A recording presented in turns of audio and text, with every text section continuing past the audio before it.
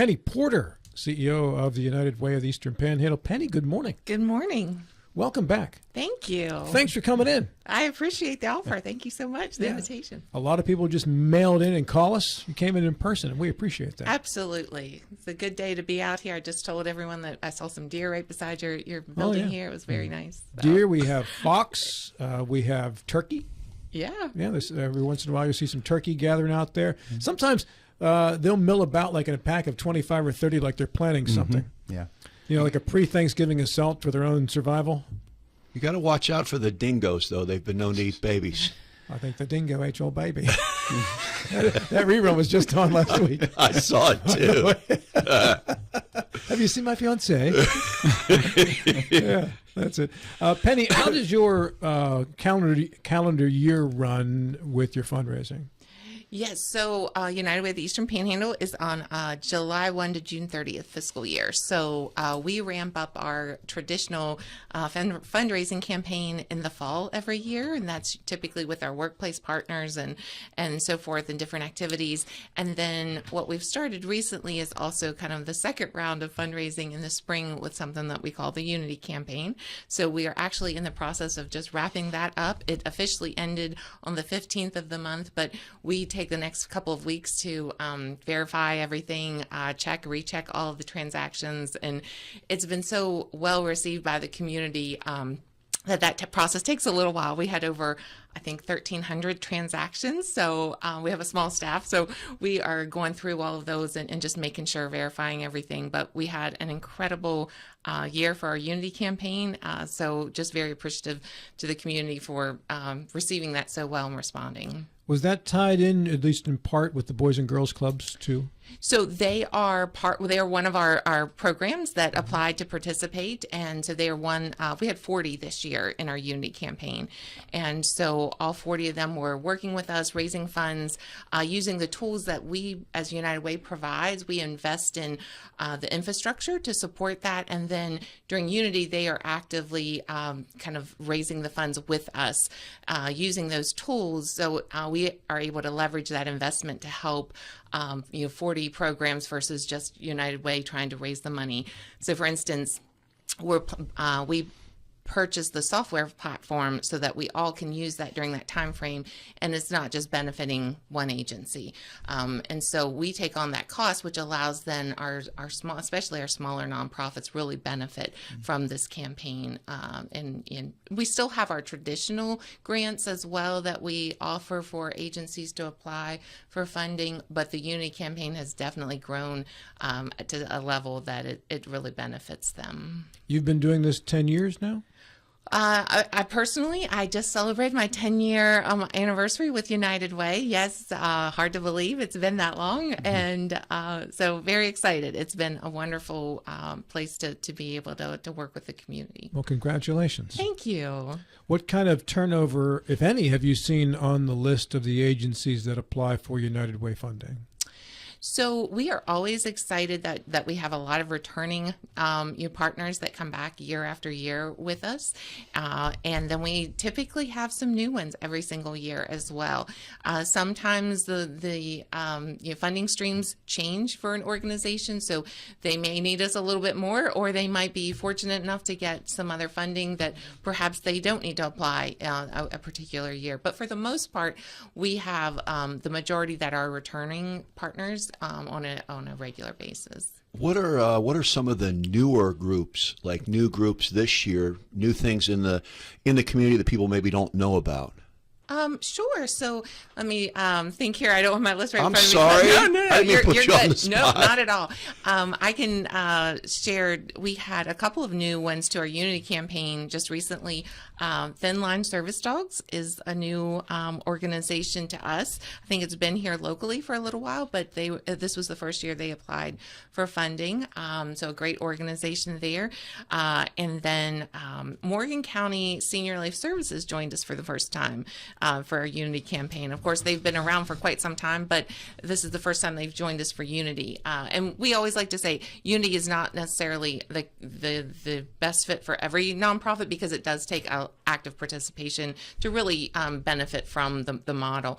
But then also we had Jefferson Gap Coalition over in Jefferson County joined us for the first time. So those are kind of three examples of some new ones, not necessarily new to the community, but new to the Unity campaign. Jefferson Gap Coalition, is that like an offshoot of the Gap Band from the 70s, or what did they do? Gonna get up early in the morning. Yes.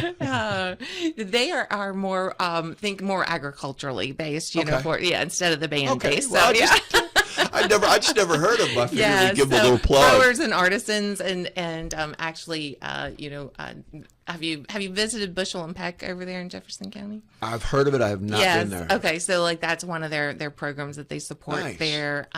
So they do a lot of outreach with, I think, the community gardens, and they're looking to expand some of their outreach as well. So that's the other kind of benefit of the Unity campaign, is that we are able to help them tell their stories a little bit, get them out there in the community, and really network with each other. Love and that is one of the things individuals sometimes think of, oh, it would be so hard. You're competing with each other. You know, you're all trying to raise money at the same time. But actually, it's just the opposite. It's a very complementary, supportive partnership, and they go out of their way to help each other. So, yeah. I mean, in my industry, we do the same thing. We get together with other people who do what we do, and it's the collaboration and the exchange of ideas, and it makes it more fun. It does. And, Kay Barkwell has been kind of our top participant as far as dollars raised for the duration of the Unity campaign, which is very grassroots oriented, fundraiser. But she is so generous with her time and energy as well. So she will go out and kind of share what she's done, her, best practices, what's worked for her, and it may or may not work for every agency, but she definitely offers that and goes out there. And now we see other agencies doing the exact same thing, where they are offering to partner with another one to do a Facebook Live video or a little reel, or, whatever it is that they can share each other's messaging and help each other raise the funds. Kay took up a donation, I think, at a chamber event for another agency the one day. They're just out there really supporting each other. That's tremendous. So you were saying they have to be active participants. What all for the Unity for the Unity campaign? What all does that involve? What does a charity typically do to be an active participant? So we have an application process. Typically, it's been in December for the Unity campaign. So the nonprofits here in Berkeley, Morgan, and Jefferson are eligible to apply, and we look for programs that align with our impact areas. So United Ways has impact areas of financial stability, community resiliency, healthy community, and youth opportunity. So if those agencies have programs kind of aligning with those areas, they are welcome to apply. And then we have a community investment committee that reviews those, and once approved, we do some training for about a month and a half or so.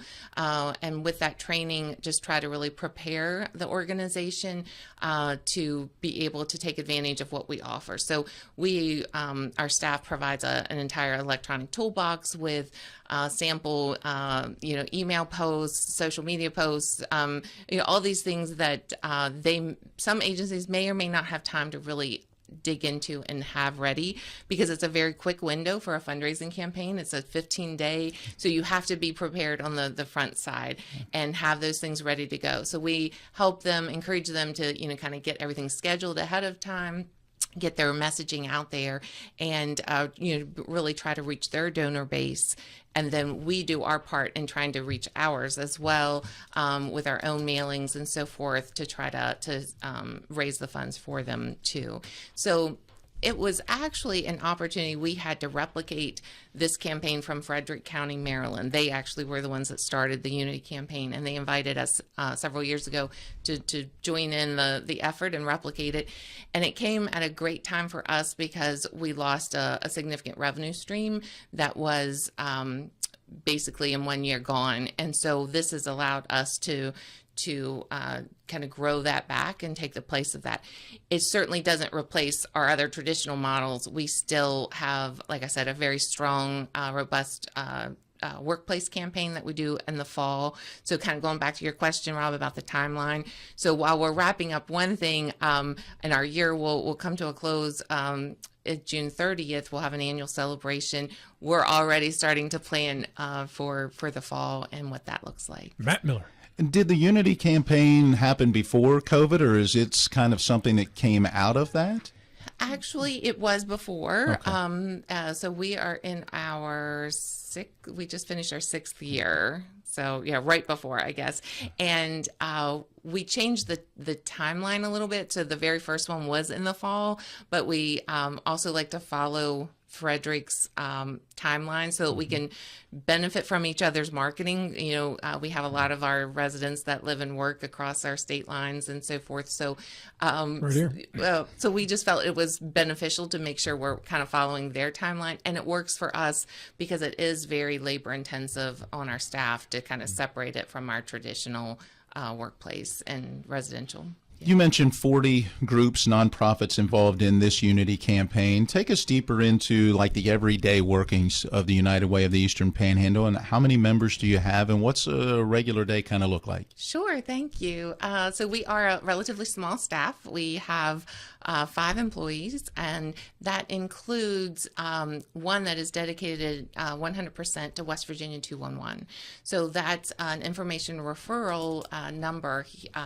It's a nationwide number, but of course here we have our West Virginia state line. And we as United Way organizations have taken this on in the last few years to make sure that there is a presence in all of the areas of West Virginia, so that someone, if they're in need of assistance, can call 211 and be connected to local resources. So Marlene Davis is our community resource specialist there. So she's answering calls, texts, chats, 8 hours a day for those in need, and connecting them locally to what's available. And then the rest of our staff, we have Kathy Crothers, who's been with us for a number of years.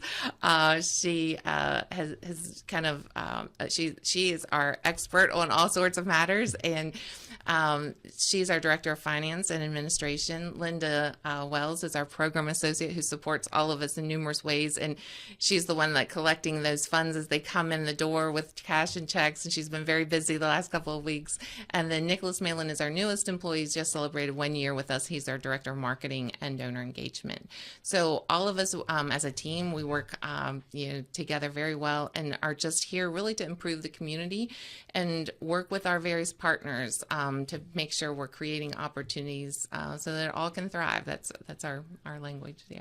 And how many of those partners do you have? How does a local nonprofit get involved on a regular basis? So we offer different ways.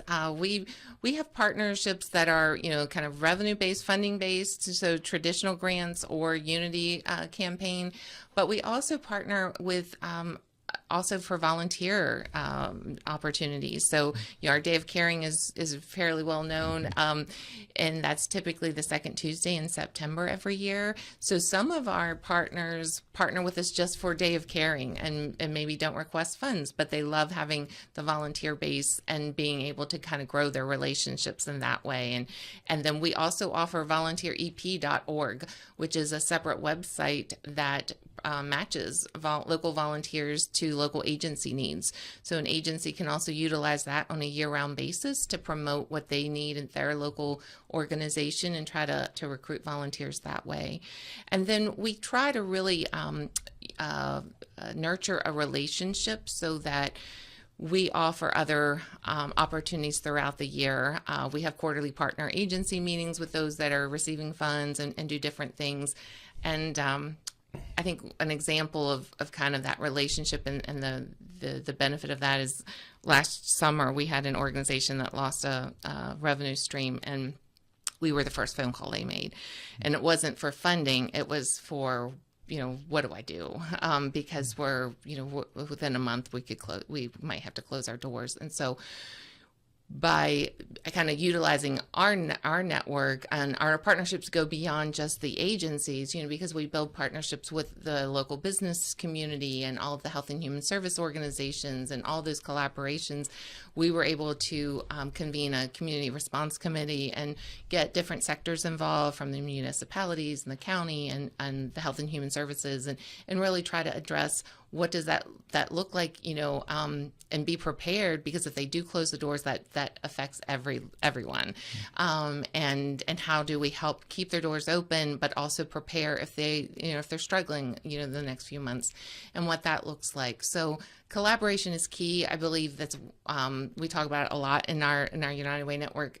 It is one of the strengths of our community. That we collaborate on everything, pretty much. Penny Porter is our guest here, CEO of United Way of the Eastern Panhandle. I want to mention Bethany House to you. Have they been a partner for the United Way over the years? They have absolutely been, and I think I'm hearing a lot of concerns about Bethany House's viability. Well, and that's actually who I was just referencing, and it's okay. I think that we share this because we have been working with them since last summer, and that one has been one that has been very concerned, because they lost a significant revenue stream that they were expecting, that they had been told was coming. So could you tell everybody what Bethany House is, because they serve a very unique need in the Panhandle? Yes, they are a program of community networks, and so community networks has other programs as well, but Bethany House is an emergency crisis shelter for women and children. So it's the only one that we have dedicated for women and children, outside of what EPIC provides for those of victims of domestic violence. So with EPIC, there are 32 bed shelters. So if they were to close their doors, with Bethany House, there are 32 bed shelter. So if they were to close their doors, that's 32 women and children that would be on the street without another place to send them at this point in time. They're just and everyone is at capacity. All the other shelters and locations, Bethany House is always at capacity as well. So that was going to be a really critical moment for the community if we were faced with that. So we had great response with our committee and coming together and really trying to address that.